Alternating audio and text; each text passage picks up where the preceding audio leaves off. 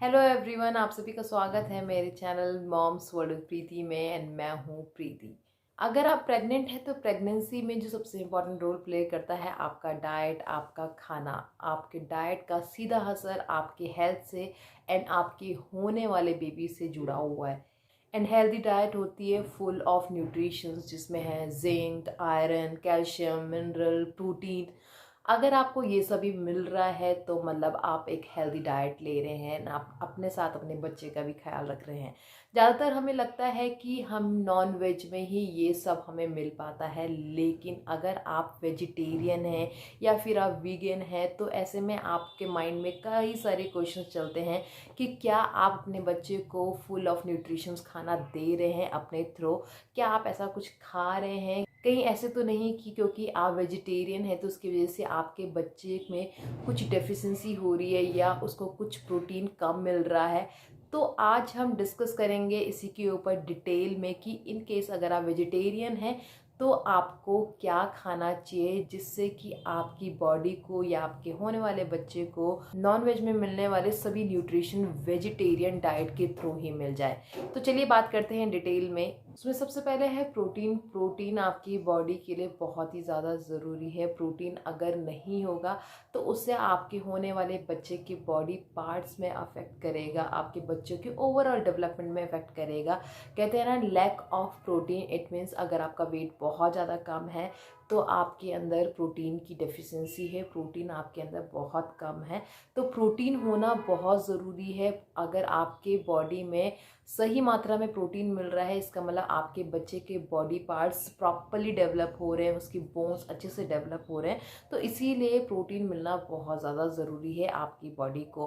Protein हमें लगता है ज़्यादातर क्योंकि नॉन वेज के फॉर्म में ही प्रोटीन ज़्यादा मिलता है, वो मीट है तो इसमें प्रोटीन ज़्यादा होता है। लेकिन अगर आप वेजिटेरियन हैं, आप नॉनवेज नहीं खाते हैं, आपने कभी नहीं खाया और आप खाना भी नहीं चाहते हैं, तो उस केस में भी आप पे बहुत सारे ऑप्शन हैं जो आप प्रोटीन ले सकते हैं, जिनके थ्रू उनमें से एक है मखाने। मखाने इजीली अवेलेबल होते हैं घर में, आप स्नैक्स में कभी भी खा सकते हैं। चाहे तो थोड़ा सा सौटे करके घी में उसको ले सकते हैं या फिर आप उसको ऐसे भी खा सकते हैं। तो मखाने में बहुत प्रोटीन होता है।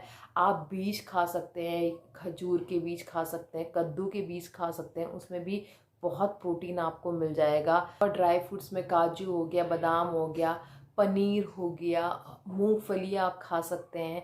एंड दाल में आप मसूर की दाल, चने की दाल सभी खा सकते हैं। तो वेजिटेरियन में बहुत सारे ऑप्शन आपके पास है, आपको घबराने की ज़रूरत नहीं है।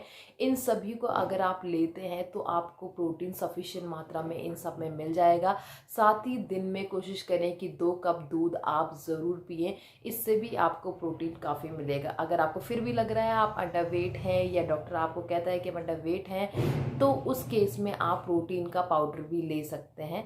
तो प्रोटीन के काफ़ी सारे सोर्सेज हैं, इन सभी source they all are vegetarian source. इनसे आप अपनी बॉडी में प्रोटीन की कमी को दूर कर सकते हैं, सफिशिएंट मात्रा में प्रोटीन ले सकते हैं। नेक्स्ट है आयरन। आयरन आपके शरीर में हीमोग्लोबिन को कंट्रोल करता है, आपके हीमोग्लोबिन को सही रखता है। एंड प्रेगनेंसी के दौरान 11 से 15 ग्राम हीमोग्लोबिन होना चाहिए, वो ही एक्यूरेट हीमोग्लोबिन है, इसी के बीच में होना चाहिए। अगर इससे कम हुआ तो फिर आपके बच्चे की हेल्थ को ये अफेक्ट कर सकता है, इवन आपकी हेल्थ को भी ये अफेक्ट कर सकता है। तो आपकी हीमोग्लोबिन को मेंटेन करने के लिए आपकी बॉडी को आयरन ज़रूरी चाहिए। आयरन आपको मिलेगी हरे पत्तेदार सब्जी में, पनीर में, टोफू में, दालों में, बाजरे में, आपके गेहूं के आटे में। एंड सोयाबीन बड़ी अगर आपने खाते हैं तो वो भी आप ले सकते हैं, या सोयाबीन की दाल बहुत हेल्दी होती है एंड ये भी एक आयरन का बहुत अच्छा सोर्स है। तो ये सभी चीज़ें आप आयरन के लिए ले सकते हैं। नेक्स्ट है विटामिन सी। अगर आप आयरन रेगुलर बेसिस पे ले रहे हैं तो साथ में ज़रूरी है कि आप विटामिन सी भी लें, क्योंकि आयरन को एब्जॉर्ब बॉडी में विटामिन सी के थ्रू ही किया जाता है। दोनों को बैलेंस करके लेना बहुत ज़रूरी है। एंड विटामिन सी आपके बच्चे की डेवलपमेंट के लिए बहुत ज़्यादा ज़रूरी है। प्रेगनेंसी के दौरान आपको एवरीडे 80 से 85 मिलीग्राम विटामिन सी ज़रूर लेना चाहिए। वो किसी भी फॉर्म में आप ले सकते हैं जिसमें विटामिन सी होता है। विटामिन सी में एंटीऑक्सीडेंट होता है जो कि आपके इम्यून को बूस्ट करता है, आपके बच्चे के इम्यून को बूस्ट करता है। आपको पता है कि प्रेगनेंसी के दौरान महिलाओं का इम्यून काफ़ी ज़्यादा वीक हो जाता है, बहुत जल्दी हम बीमार पड़ जाते हैं, तो उसको बूस्ट करने के लिए आपको विटामिन सी लेना बहुत ज़रूरी है। साथ ही ये आपके, क्योंकि ये सिट्रस फूड में ज़्यादा पाया जाता है, तो अगर आप कॉन्स्टिपेशन की प्रॉब्लम रहती है, प्रेगनेंसी में जनरली कॉन्स्टिपेशन की प्रॉब्लम होती है, तो उसके लिए भी आप विटामिन सी को लीजिए। आपको बहुत हद तक कब्ज़ की प्रॉब्लम से छुटकारा मिलेगा, बहुत हद तक आपका कम होगा। तो इसलिए आप दिन में विटामिन सी ज़रूर लें। विटामिन सी में आप कुछ भी ले सकते हैं, आप टमाटर ले सकते हैं, टमाटर को सूप आप पी सकते हैं, संतरे आप खा सकते हैं, इसके अलावा आप ब्रोकली खा सकते हैं, सेब, अंगूर, जितने भी आपके थोड़े से सिट्रस फूड है इन सभी को आप ले सकते हैं। इन सभी में विटामिन सी अवेलेबल होता है। तो विटामिन सी आपके बच्चे के ब्रेन के लिए, डेवलपमेंट के लिए बहुत ज़रूरी है, इम्यूनिटी को बूस्ट करने के बहुत ज़रूरी होता है, इसलिए आप विटामिन सी ज़रूर लें। एंड साथ ही आयरन को आपकी बॉडी में अब्जॉर्ब करने के लिए भी आपको विटामिन सी की ज़रूरत होती है, इसलिए आप विटामिन सी को बिल्कुल भी स्किप ना करें अपने एवरीडे के मील में। नेक्स्ट है calcium and vitamin D. Calcium, जब बच्चा हो जाता है तो हम कहते हैं कि बच्चे को हमें रेगुलर बेस पे दूध देना चाहिए, क्योंकि उसकी हड्डियां मजबूत होती है, उसकी बोन्स के डेवलपमेंट के लिए बहुत ज़रूरी होता है। लेकिन प्रेगनेंसी के दौरान भी आपको कैल्शियम की ज़रूरत बहुत ज़्यादा होती है, क्योंकि एज आई सेड कि इसका डायरेक्ट असर आपके पेट में पल रहे आपके बच्चे पे पड़ेगा। तो जो आप लेंगे उससे आपके बच्चे की हेल्थ भी कनेक्टेड है। तो कैल्शियम आपके खाने में होना बहुत ज़रूरी है। कैल्शियम से आपके बच्चे के स्केलेटन का डेवलपमेंट होता है, उसके बोन्स, उसके टीथ का डेवलपमेंट होता है, वो उसके लिए बहुत ज़रूरी है। प्रेग्नेंट लेडी को दिन में कम से कम 1000 मिलीग्राम पर डे कैल्शियम लेना चाहिए। तो कैल्शियम बहुत ज़्यादा ज़रूरी है। वहीं अगर आपके बच्चे की बात की जाए तो बच्चा भी एवरी डे कैल्शियम लेना स्टार्ट कर देता है आपके थ्रू।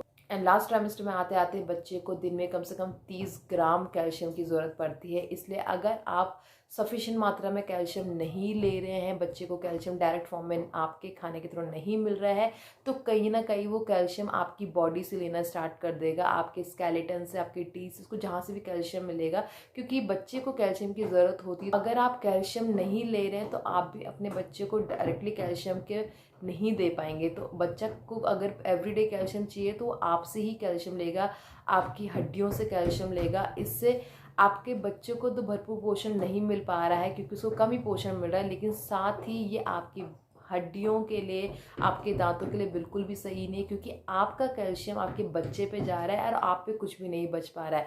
तो इसलिए ज़रूरी है कि आप सफिशिएंट अमाउंट में कैल्शियम लें कि आपके बच्चे तक भी वो कैल्शियम मिल सके एंड आपकी बॉडी में भी वो कैल्शियम रह सके। तो इसलिए कैल्शियम के लिए आप दूध पीजिए, आप पनीर खाइए, दही खाइए, छाछ खाइए। डेयरी प्रोडक्ट्स में भरपूर मात्रा में कैल्शियम होता है एंड आप डेयरी प्रोडक्ट्स को अच्छी मात्रा में लीजिए अपने एवरीडे की डाइट में। साथ ही विटामिन डी भी बॉडी के लिए बहुत ज़रूरी होती है। एज आई सेड कि गर्मियाँ हो या ठंड हो, आजकल हमें लगता है कि यार हमारी बॉडी ख़राब हो जाएगी, हमें सन टैनिंग हो जाएगा, हम काले पड़ जाएंगे। तो हम लोग धूप का एक्सपोजर से हम लोगों ने ख़त्म ही कर दिया है। दूसरा, क्योंकि अब घरों की हमारी बिल्डिंगें इतनी बड़ी बड़ी हो गई कि धूप हमें वैसे भी नहीं दिखती, तो हमारी बॉडी को धूप लगती ही नहीं है। लेकिन हमारी बॉडी के लिए धूप की किरणें बहुत ज़रूरी है। कोशिश करें कि एवरीडे आप 10 से 15 मिनट धूप में जाके वॉक करें या धूप में थोड़ी देर बैठें, लेकिन 15 मिनट की सुबह की धूप की किरणें आप ज़रूर लें। इससे आपकी बॉडी को विटामिन डी भरपूर मात्रा में मिलेगा। इसके साथ ही आप मशरूम खा सकते हैं, मशरूम में भी विटामिन डी काफ़ी मात्रा में मौजूद होता है।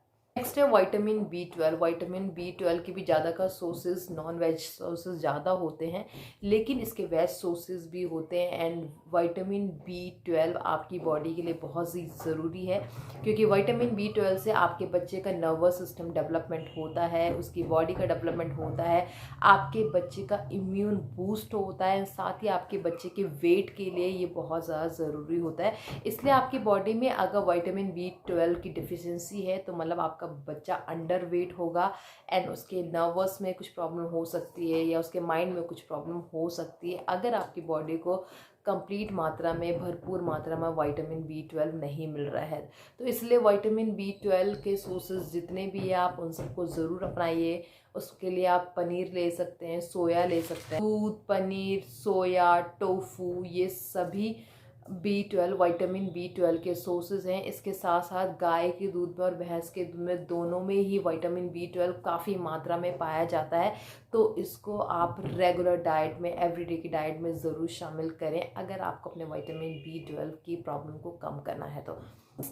नेक्स्ट है फॉलिक एसिड। फॉलिक एसिड को फॉलेट भी कहा जाता है एंड फॉलिक एसिड आपकी प्रेगनेंसी डाइट का सुपर हीरो माना जाता है। इसीलिए प्रेग्नेंट होने से पहले ही डॉक्टर आपको रिकमेंड करता है कि आप फॉलिक एसिड टैबलेट स्टार्ट कर दें। बेबी के ब्रेन का डेवलपमेंट होता है, उसका स्पाइनल कॉर्ड का डेवलपमेंट होता है, यानी कि उसकी रीढ़ की हड्डियों का डेवलपमेंट होता है। उसमें फॉलिक एसिड एक बहुत ही इम्पॉर्टेंट काम करता है। इसीलिए जैसे ही पता चलता है कि आप प्रेग्नेंट है, वैसे रिकमेंड ये कहा जाता है कि जैसे आप सोचें कि हाँ मुझे कंसीव करना है प्रेगनेंसी के लिए, आप जैसे ही सोचें तो तभी आपको फॉलिक एसिड स्टार्ट कर देना चाहिए।